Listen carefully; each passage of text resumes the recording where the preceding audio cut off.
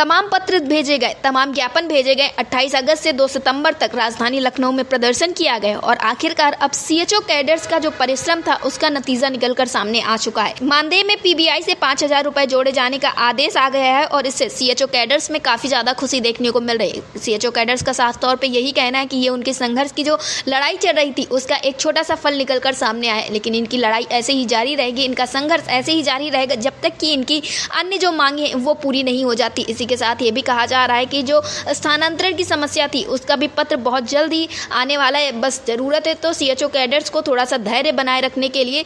इस लड़ाई में काफी सारे जो सीएचओ कैडर्स थे उन्होंने बहुत सारी समस्याओं का सामना भी किया लगातार, लेकिन वो प्रदर्शन करते रहे और आखिरकार उस प्रदर्शन का फल निकलकर सामने आया और उन्हें पूरी उम्मीद है कि बहुत जल्द ही जो और सारी समस्याएं हैं उनका भी हल कर दिया जाएगा। इस विषय पर अटल टीवी की टीम ने बातचीत की संयुक्त राष्ट्रीय स्वास्थ्य मिशन कर्मचारी संघ उत्तर प्रदेश के प्रदेश महामंत्री योगेश उपाध्याय से, जिनका विशेष सहयोग रहा था इस प्रदर्शन के दौरान, जिन्होंने पूरी ताकत से इसमें समर्थन दिया और इनकी आवाज को उठाया था। उन्होंने साफ तौर पे यही बात बताई है कि उनको पूरा विश्वास है प्रदेश सरकार पे। जिस हिसाब से प्रदेश के मुखिया योगी आदित्यनाथ एक्टिव हुए उस हिसाब से लग रहा है कि बहुत जल्दी सभी संविदा कर्मियों की समस्याओं का हल कर दिया जाएगा। और उन्होंने ज्यादा जानकारी देते हुए सीएचओ कैडर्स के लिए क्या कुछ कहा है, आप भी सुनिए। योगेश जी, आपका हमारे चैनल अटल टीवी पे बहुत बहुत स्वागत है।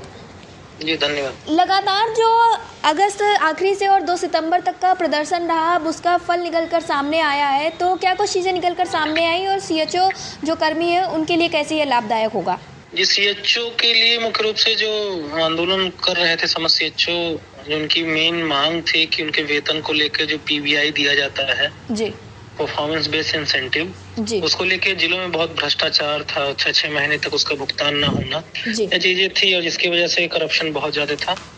उसको लेके जो सहमति बनी थी उसके अनुरूप उनका जो परफॉर्मेंस बेस्ड इंसेंटिव पीबीआई है वो 15,000 रुपए दिया जाता था पहले, उसका 5,000 रुपए का एक अंश जो है उनके वेतन में जोड़ दिया गया है, जिससे वेतन वृद्धि में उसका लाभ मिलेगा और अन्य चीजों में काफी लाभकारी होगा। और वो पीबीआई 10,000 रुपए बचे हुए हैं। साथ में जो बचा पीबीआई है उसका एक समय भुगतान किए जाने हेतु भी स्पष्ट निर्देश मिशन निदेशक महोदय द्वारा जारी किया गया एक दिन पूर्व, जिसमें कहा गया कि 5 दिवस के अंदर अगर पोर्टल पे सीएचओ अपना पीबीआई अपडेट करते हैं 23 तारीख तक, तो 28 तक यदि संबंधित अधिकारी अधीक्षक जो सीएससी के होते हैं वो उसको फॉरवर्ड नहीं करते हैं तो ऑटो फॉरवर्ड हो जाएगा और वो अप्रूवल माना जाएगा। किसी प्रकार की त्रुटि होने पे उसके लिए वो स्वयं जिम्मेदार होंगे, जिसके लिए स्पष्ट निर्देश दिया गया है। तो ये दोनों चीजें जिससे बहुत ज्यादा पीड़ित थे सीएचओ, ये दोनों पत्र आने से काफी लाभकारी हुआ उनके लिए। जी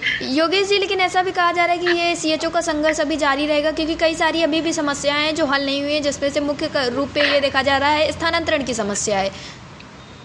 जी बिल्कुल, अन्य मांगे जो है सहमति बनी थी, जो मांग लेके सब आंदोलनरत थे, जिसमें स्थानांतरण एक मुख्य विषय रहा है और वेतन का भी रहा है। अभी तो ये उन्हीं के जो एक अंश था वेतन का पीबीआई का वेतन के मूल वेतन में जोड़ा गया है। साथ में अन्य योजनाओं के तहत जो समान कार्य समान वेतन जैसे लाभ है या स्थानांतरण, इस पे भी सहमति बनी है और ये भी प्रक्रियाधीन है। जल्द ही इस पे भी कार्रवाई होगी। नहीं होती है तो कर्मचारियों के लिए आंदोलन रास्ता हमेशा खुला रहता है, वो आखिरी रास्ता होता है। जी योगेश जी, ऐसा भी देखा गया है कि अब हाल ही में जो योगी सरकार है या यूँ कहें राज्य सरकार है वो काफ़ी ज़्यादा एक्टिव नजर आई है। अभी संविदा कर्मियों के लिए ऐसा बोला गया है कि उनके लिए नियमावली बनाई जाएगी, उनकी समस्याओं का हल किया जाएगा जल्द से जल्द और उनके लिए अच्छे से अच्छा काम करने को कहा जाएगा। यानी कि अब सरकार जो है संविदा कर्मियों की तरफ नज़र अपनी टिकाई हुई है, तो इस पर आपका क्या कहना है?